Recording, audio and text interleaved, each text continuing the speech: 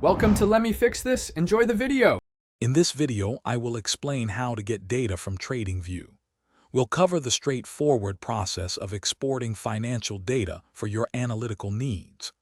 TradingView provides several convenient ways to download information, whether it's historical price action from a chart or comprehensive results from their powerful stock screener. This exported data can be incredibly valuable for backtesting your trading strategies or performing in-depth analysis outside the platform.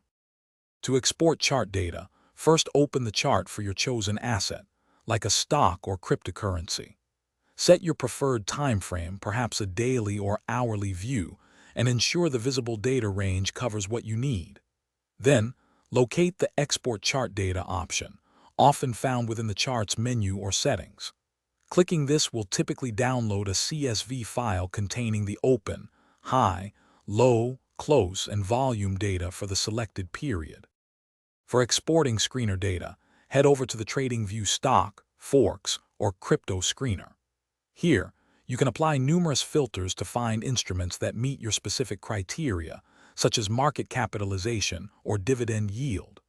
Once your results are displayed, look for the Export button, which is usually a small download icon.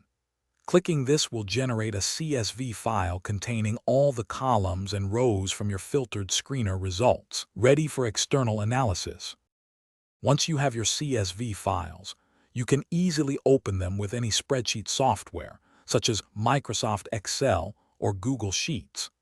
This data is perfect for creating custom charts, performing advanced technical analysis, or even developing your own indicators. Many traders use this information to backtest their strategies against historical price movements, evaluating performance over hundreds or thousands of trading periods. You can also integrate this data into other analytical tools or programming scripts for deeper insights.